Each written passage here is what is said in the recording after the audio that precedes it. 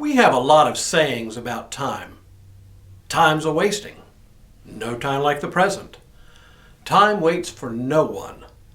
Time is money. A stitch in time saves 9. And my personal favorite, though the word time is not in it, and one that is literally written in stone in my office, if it weren't for the last minute, I wouldn't get anything done. Today's reading is the epistle for the first Sunday in Advent for Year A in the 3-year lectionary cycle. We already know that the readings for the first Sunday of Advent each year focus on the coming of God's kingdom and the preparations we need to make to prepare ourselves for its arrival. In today's reading, Paul reminds the church in Rome that because the time is drawing near, they must live as those who are prepared for its coming. It is an important lesson for us to learn as well. Hello, I'm Stuart Baskin, pastor of First Presbyterian Church of Tyler, Texas. In the haunting and heartbreaking movie Castaway, Tom Hanks plays an executive for Federal Express, the package delivery company based in Memphis. His job is to travel around the world to FedEx offices that have been identified as problem offices and resolve the difficulties. And the difficulties always have to do with time. This is a company, after all, whose slogan is, "The world on time." On Christmas Day, he's summoned by the company to solve a problem in faraway Malaysia. He's so obsessed with time that instead of waiting 3 hours for the regular flight, he hops a special flight that leaves in only an hour. But before the plane departs, he exchanges gifts with his girlfriend, who gives him her grandfather's pocket watch. Ironically, both a symbol of time and of an earlier, slower time. Then, of course, the plane on which he's traveling to Malaysia goes badly off course in a storm and then crashes into the Pacific Ocean. The lone survivor, he washes up on a deserted island and finds himself with nothing but time on his hands. And in his 4-year stay on the island, he learns what time is really all about. Not the hustle bustle of getting FedEx packages to their destination on time, but the time to spend with people who are important.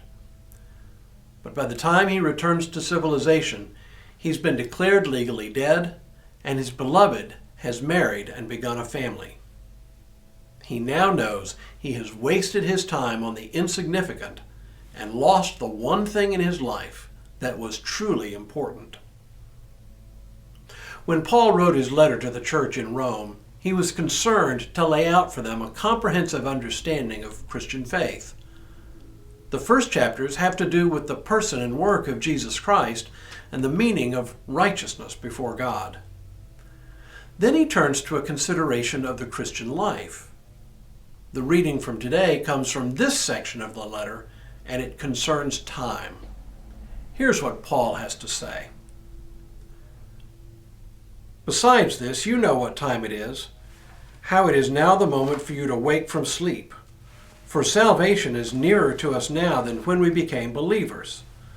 The night is far gone, the day is near. Let us then lay aside the works of darkness and put on the armor of light.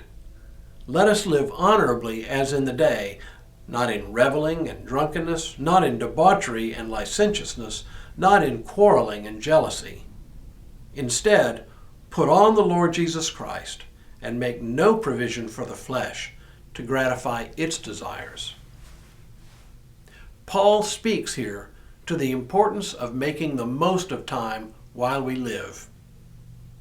We have a great many choices to make in life every day. Where to live, what to wear, what to eat, how to spend our work time and our leisure time, whom we will love.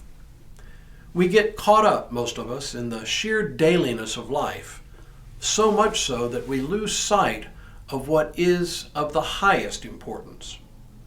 Cars and houses and clothes are good and pleasant things in and of themselves, but when they distract us from our high calling as Christian people, they become stumbling blocks on our walk of faith. Advent is all about preparing ourselves for the inauguration of God's kingdom on earth. It is also a season of penitence, much like Lent. That means it is a sacred time to ponder the meaning and the values of God's kingdom, and to consider how far short we come when we measure ourselves against this kingdom and its values. Paul's message to the Romans was that while the time is drawing near, there is still time to reform our lives. One last little story. There is a church in the town of Crimond in the far northeast of the Scottish Highlands that is famous for the clock in its steeple. A close look at the clock will reveal to you an extra minute between the 55-minute mark and the top of the hour. In other words, it has 61 minutes on its clock face. It also bears the word on the clock face, "The hour's coming." The extra minute, of course, is a reminder that there is still time to get prepared, but not much. It's a nice little commentary on this passage from Romans. But for now, may God continue to bless you and keep you in all that you do this day and in all the days ahead.